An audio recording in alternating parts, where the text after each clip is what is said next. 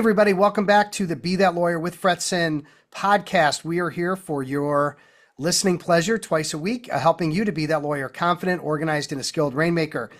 And one of the things I love to do, and part of the kind of the beauty of my job here, is I get to meet the most amazing people in legal. And there's someone that I'm interviewing today named Deb Fetter, who I've heard her name for a long time and just had been dying to meet her and eventually get her on the show. We got hooked up and here we are today. So Deb is here. How you doing, Deb? I'm great. Thanks, Steve. Glad to be here. Good, good, good. And we both have dogs. And so we're like freaking out about our dogs doing something that's going to ruin the show, but it won't. It won't. Whatever happens, happens. We just go with the flow. I think that's the play. So I'm kind of hoping for the best there. yeah, we're going to hope for the best. Do you have a box of Nilla wafers to feed the dog like you did last time? Okay, so just so everybody understands, I usually have food, and I actually, as soon as I told you that story, I looked around and I was like, I have no reinforcements here. Yeah, there's nothing to So stop the dog from going nuts. there's nothing I can't. I'm just Okay. gonna roll with it. We're gonna roll with We'll it. see what happens. Yeah, let's go with it. So everybody knows, if you've been listening to the show, we do the quote of the show, and normally it's like a famous quote from someone, from history. But my favorite thing is when we come up with quotes that are meaningful to us, that we come up with. I have these Fretzinisms that I post online all the time of little things that pop into my head, and I'm not suggesting they're brilliant, but I think they're useful. Deb's got one from her book, After Hello, How to Build a Book of Business, One Conversation at a Time. And the quote is, a conversation is simply two people discussing an idea, thought, or opinion. When we simplify the conversation to this, opportunity shows up and shines through. So awesome quote. Tell us about that and welcome to the show. Thanks so much. I over the time people would say to me, I'm nervous about this conversation, or I've got to prep for this conversation. And I finally started backing up and saying, but what if it's just two people exchanging an idea? Can that be okay? Can Yeah. that just be enough? And I think that when we take the grip off of a conversation, it opens up. We can spot opportunities. We can spot the next thing we want to talk about, right? Like when you and I first talked, we couldn't stop talking because we had so many ideas or things in common or things that maybe we see from different perspectives. And I didn't come in with an expectation of what has to happen or where the conversation must go. Now, that doesn't mean that we don't have an idea of how we'd like to feel after a conversation or what we might want next steps to be. But if we kind of just let go and be in that moment, we pay attention, we can spot opportunity, we get to be ourselves, and people like to connect with other people who are being real. Yeah. And actively listening and empathizing and demonstrating that we're interested, as opposed to trying to one up or dominate conversation or anything where, we're just thinking what am I going to say next? What am I going to say next? That's the worst. So it's really interesting. I talk about this all the time, that we have this thing in our brain where we start thinking, oh, that's, what, I'll respond with this. But the other person keeps talking. And you've already started formulating this idea. You actually stopped listening. And actually, that's not what they were talking about. And you can see when it happens, Yeah. right? So it's actually so my second book is called Tell Me More. And it's actually started as the trigger for when you need to get your brain back in the conversation, but you don't want to say, I accidentally just tuned out because I was thinking ahead. So if you pause and are I don't know what they said, and just say, you know what, can you tell me more about that? Yeah. It makes you it triggers your brain to get back in and actually actively listen. And from there, you can thoughtfully respond. Yeah. And tell me more, in the grand scheme of all the questions that I teach or that I ask myself, it's probably my favorite because, and lawyers are notorious for this. So a lawyer hears a problem and then says, what is the solution? How can I show how smart I am? What am I going to tell them to demonstrate expertise and how we're going to staff it or what the rates are, whatever it might be. And I'm beating them up saying, please don't talk. Please don't sell. Please don't pitch. The next question after you hear a problem is, that sounds difficult. Can you tell me a little bit more about that? And then they talk for 10 minutes and you get all the juicy details. And so that is the most powerful question. I'm so happy that you shared that. Well, okay. So my next step after that is to say to somebody, okay, before I jump in, can you tell me, are there any questions that you have for me? And at that point, if they bring up rates, then you know what their concern is rates. If they bring up timing, then their concern is timing. If they bring up something like a very particular substantive question, that's where their head and their worry space is. So instead of jumping and assuming they're going to not like our rates, they're not going to not like our timing, they're going to be worried about our staffing, those are all assumptions. You don't know, right? So you get them to share more, pause, and before you assume like here's the questions or I'm going to start the solution, ask them what they want to know from you. Yeah, I love that. I love that. We can just keep going, but we have to go back and then to go forward. So give a little background, Deb. For everybody listening, Deb Fetter is the I don't know, chief bottle washer, founder of Fetter Development. And how long have you been doing lawyer coaching? It's quite a ways. So I think I have to do it based on how old my kids are, but I believe I know, like, I'm like, no, I think that's fine. So I started doing this about 12 or 13 years ago, and I went out on my own over 10 years ago. Okay, got it, got it. So Awesome. Yeah, yeah. really cool. And what were you doing before that? Give us the background. So I practiced for 15 years, Okay. both big law and in-house, um, the entire time in a corporate transactional practice, M&A finance, corporate contracting, all sorts of different aspects of that.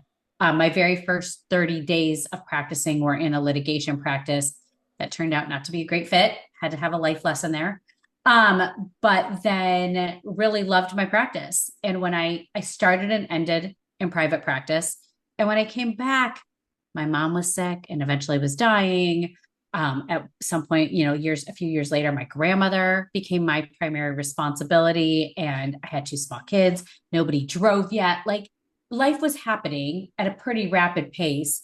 And I wanted and loved my thriving career. And I started thinking about how can we make this easier together, right? Knowing that I love client relationships, I love working and building strong strategies with clients. And I started talking about it with both clients and the lawyers I worked with.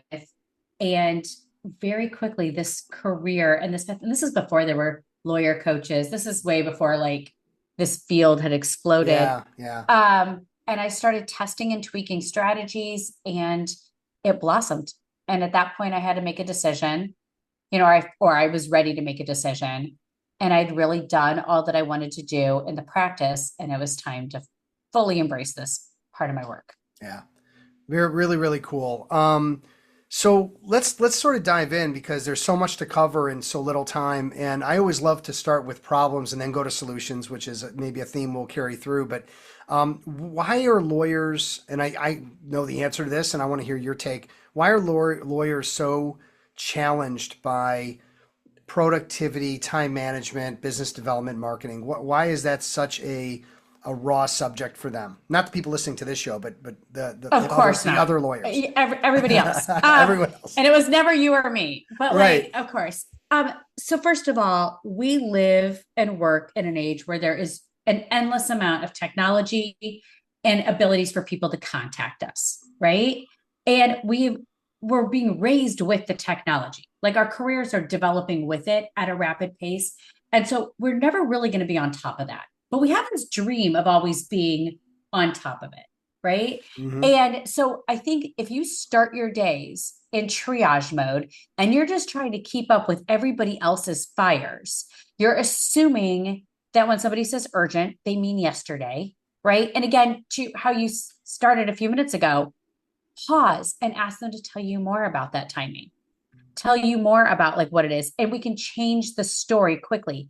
But we're so busy and worried about keeping up with everything that we have forgotten to pause and prioritize and change our days. And so when you make the choice to own your day, you can rapidly change this equation. But then if you take marketing, business development, career growth, all of that, and you try to just layer it on top, what we think of is that we have to fit things into like the margins. So like our clients get our full days, our families and our priorities outside of the office get our full days. And so everything else we need to squeeze in. And so nothing ever feels satisfying, Mm. right? Instead, I want them all to blend together for you to make a great day. And knowing how to do that, I think is really the game changer. Yeah. So then what are the changes that have to happen to get the productivity in the day that blends it all together? Because that's the beast, right? Yep. I mean, learning business development and executing on business development has to be secondary to how you create space and time and interest in that activity. So, first of all, I think that business development and client relationships should be managed and built with the work on your plate to start with, especially, right? So, you're in conversation with somebody, knowing the conversation you want to have and having that strategic question, your approach set out. You don't then have to have another call with them. You're already in the middle of a meeting. Take 5 minutes and blend that together, right? So knowing that, but backing up, how do you start your day, right? And I love asking people how many people start their day in the inbox. And Email, everybody's like raising their hand. email And jail. then and then I say, I'd like you to stop. And they look at me like I've literally just, taken away their, favorite pony. And I'm like, listen, here's the thing. I'm not suggesting, I do understand the demands of being a lawyer in private practice. I understand that you are being paid to be responsive and available and all of that. However, if you can start your day by understanding those just two primary priorities before you triage your inbox, you don't let the chaos of the day like take over all progress on like bigger picture projects or things that are actually due that week, whatever it might be. So with my clients, I set this up, on the calendar in the week. Every week we do it live, right? And layering in, knowing then how to take a 5 minute business development tool that day, a 5 minute managing your work task, and a 5 minute cultivating a healthy career. How are we like sustaining our whole self to show up for the practice? Starts to inch away at that balance without saying, today we will take a break and you will now have a healthy practice. That's no one has that. And if Yeah. they did, they don't want to give it to that. Yeah. Right. Yeah. So I think it starts with where your mindset is and how you set up your day and then how you end it. Yeah. I would also throw in that being a student of time management and understanding what to say no to, what to triage, what to delegate, what you can say, like I'm teaching senior associates and even low partner level folks how to turn away business or how to turn away work, I should say, when they are just overloaded and then business development continues to get pushed down. We know it's a priority. And it's little things like that that I think make a huge difference in how somebody incorporates the marketing, the business development, the client relationships into the day as opposed to just triaging the email. Well, I'll be curious if you also see this. I hear people all the time say to me, I don't think I want to take this on because I think they're going to like the demands on what they're going to want are going to be too great. So I should probably not do that. I'm like, that's a lot of assumptions about, the expectations of work or the expectations of what might happen next. Why don't we go out and like have the conversations and see what happens?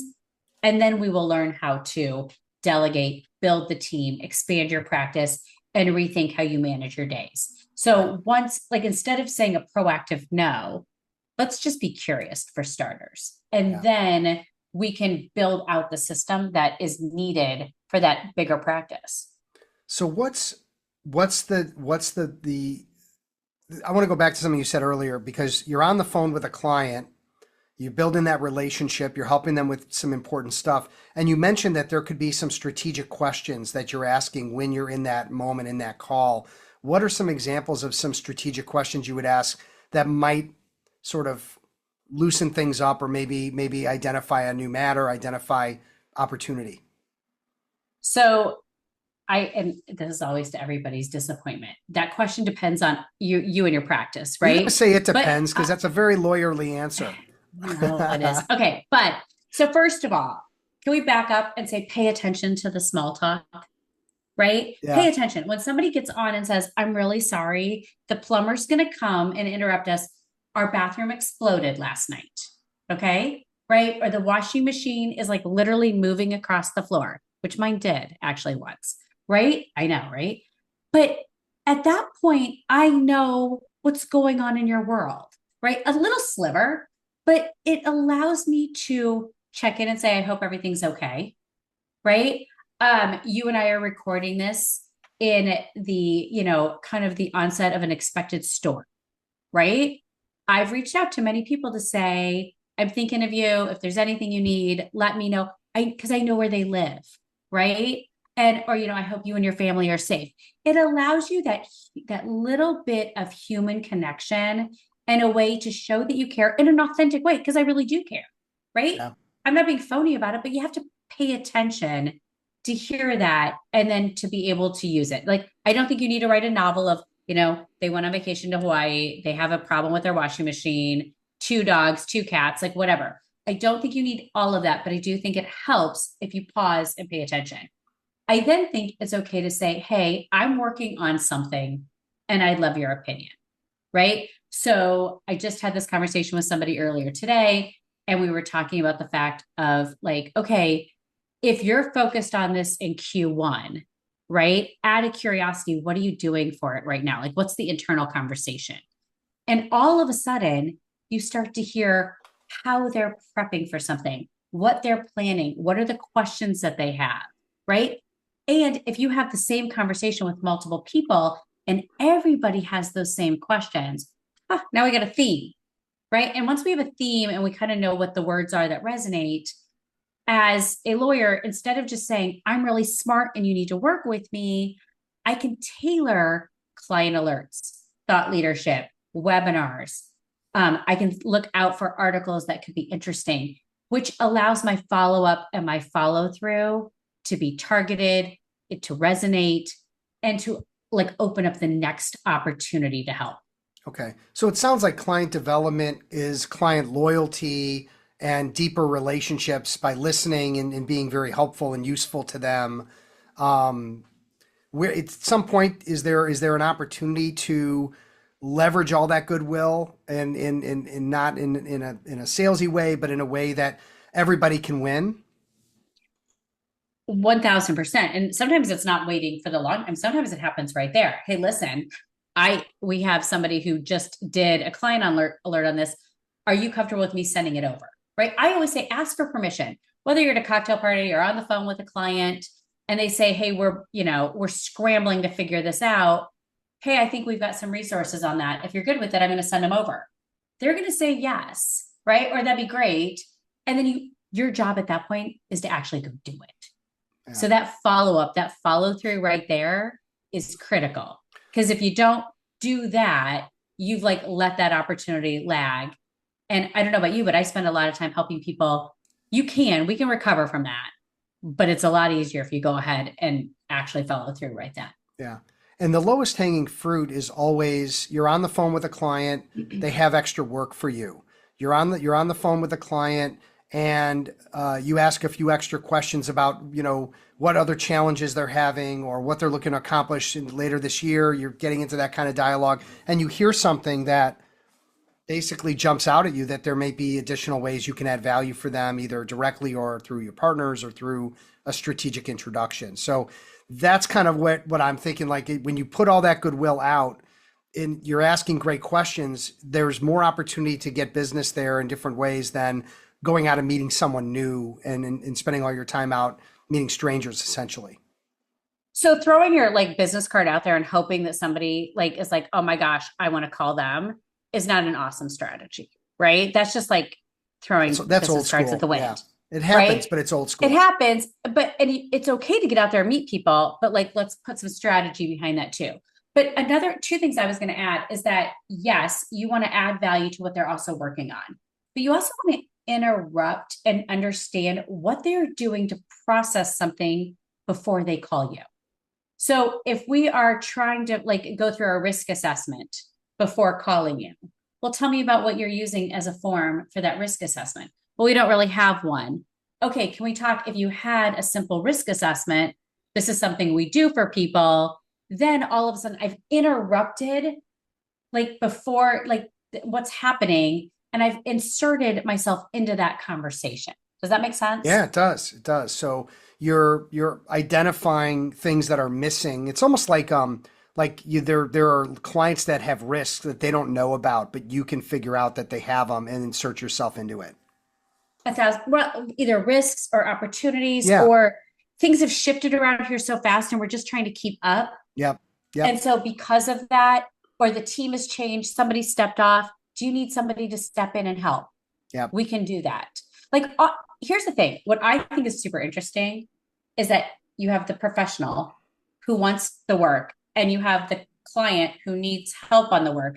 The client is waiting for the professional to say, I'd love to help. The professional is waiting for the client to say, I need your help. At some point, somebody has to like speak up and offer, like just Yeah. offer it out Yeah. there, right? And Right just on. be like natural about it. Yeah. I mean, one of my clients he just says, I just need to get out of the office and go see my clients. And he's like, every time I go see my clients, I come back with new work every single time. So it's like, look, there's a lot of opportunity. I mean, if you don't have any business, obviously we need to work on building a network and getting it. But if you have clients of your own and you're not leveraging them properly with questions and with value for them and all that, I think that's a huge misstep in how you invest your time wisely, because there's a lot more that you can get and do um, in the least amount of time, essentially. And look at people want a trusted thinking partner. They want someone that they know is going to answer the phone. And it may not be you that they need, but they may need somebody just to sit with them because they're worried, Yeah. right? Listen, Or they're yeah, concerned. it's there's a lot more to unpack around that piece. But the other angle that I wanted to take today is a little different in the sense that I've been on and teaching LinkedIn for, I want to say, 17 years, maybe 18 years. I mean, right when it came out and people started to know about it. And you've been hot on LinkedIn for a while. And I just want to give like a couple of good tips for because lawyers are afraid to post. They're not sure about who to connect with or not. They want to engage, but it's mostly like doom scrolling versus engaging in a productive way. So, what are two or three tips that you would give on LinkedIn to help lawyers listening kind of get through to the other side of value? Okay, first of all, I've never heard it called doom scrolling before, but like now I'm adding that to my vocabulary But list. that's happening on social media. It I doesn't matter what it is. We're just bup, bup, bup, bup, bup with the finger. right. Yeah. And that's okay. But and I It's not just for appreciate teenagers anymore. I actually made the point on LinkedIn today that I think the adults are worse with like staying connected in there than the teenagers. So um three tips you wanted? Yeah, let's Three do it. tips. Okay, so number one, I think it always helps to start with make a big list of what you want to be talking about and a list of what your clients want and need to be talking about, and make a good old-fashioned Venn diagram. Where do the two overlap? And that's your start of content. Okay. Yep. I do think that humanizing your contact helps, but instead of making again a life post, something that's relevant to your life and something that's relevant to business, how can we make that connect and be part of one post? So it's shining a smidge of personality if that's your approach, right? That being said, I've got some clients who do incredible content development that's very fact based, but it's consistent and it's very brand appropriate and it works for them over and over again, right? But starting with like knowing your tone, how you want to be out there, and then where's that overlap will help you like really hone in on the content. The second piece is who's your client? Do you understand them? If they are startups who don't have the expertise that like you really offer, they're beginners at this, whatever your niche is, that's one thing. If they are sophisticated companies who have a fully staffed team and you want to be showing that level, you need to think about where's your post and where's your content going to resonate. So if you really do work up here, but you're talking about the beginning stages of stuff, you got to explain why that's important. Because otherwise, you're going to get the calls from people that don't match what you do. Yeah.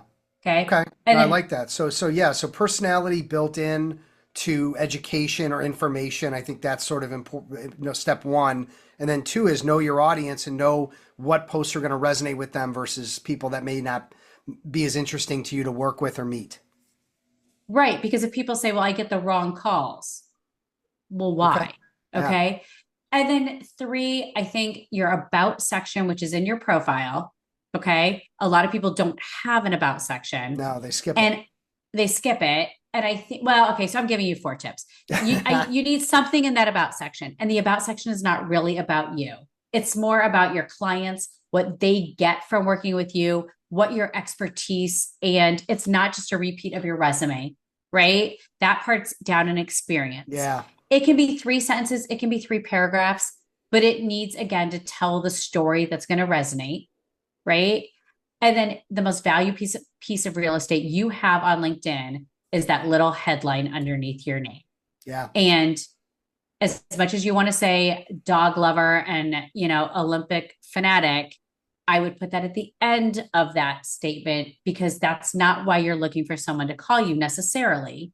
So make sure that it gives them enough understanding so that when you comment on a post and they see that little headline, they know what you do. Yeah. And absolutely remove associate at ABC firm. Like that is not a headline. Like if that's the book, I don't want to open the book.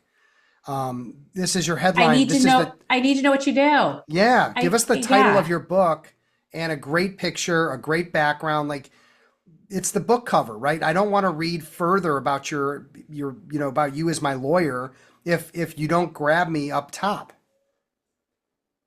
Yes. And we could go into pictures and background and all that. And I do think it matters. And I always say to people, at first, could you please take off any picture that comes from like chopping other people out of the group, a bar, any Yeah. picture that was in a bar. Let's not, Yeah. right? Like not for a profile photo. Yeah.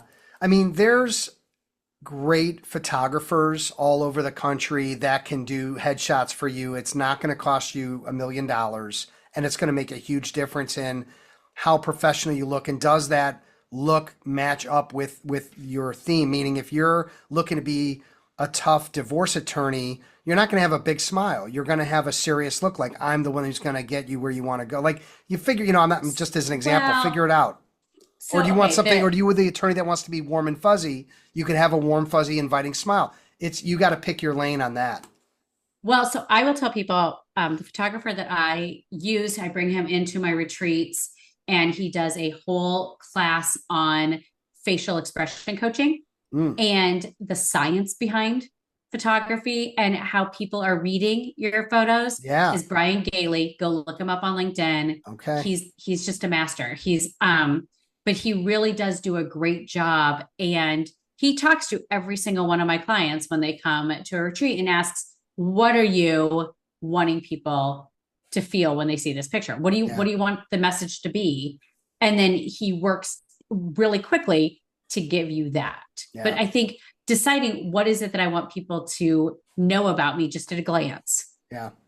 But just to wrap it up with a nice little bow, I mean, you and I would sure agree that LinkedIn, you got to have a good profile and you just have to get started. You just need to post and just start once a week. Just do something to break the seal and start putting content in and playing the game that, right now you're sitting on the sidelines and that's kind of, you're either in the game or you're not in the game and there's a game being played. And I will say this, I was the first person to tell you I didn't want to be on LinkedIn. I didn't want to be active on LinkedIn. I wasn't interested. And I will save the story for another time, but it is worth it. It has been worth it for my clients. And again, just try it once and see what happens. Yeah. And then we can test and tweak from there. Awesome. Well, Deb, we could talk for hours and we'll have to have you back, but I want to share that your game-changing book is Make No Small Plans. And now that's one I haven't heard, and I want to hear your synopsis of it and why you think that's such a wonderful book. So here's the thing. I love to wander around a bookstore, and this book like jumped out at me and I did not know what to expect. And I always tell people I've given it out to clients before, and I say, just so we're clear, I love everything in this book. I do not want to buy a mountain. So I won't like spoil the book for you, but there may be the purchase of a mountain in the book. What I love is it is a group of entrepreneurial minded people who built an incredible business and following by picking up the phone, by sitting down to dinner, by knowing exactly what they want to offer, And although they are definitely not old school, what really worked was not slick, shiny, glossy marketing materials, but picking up the phone and being real, sending the one-to-one email and having the conversation. And when it comes down to it, building a thriving practice is about that, right? That's what I believe in. And the human connection really cannot be glossed over by anything shiny. People want the real and they resonate with the real. Yeah.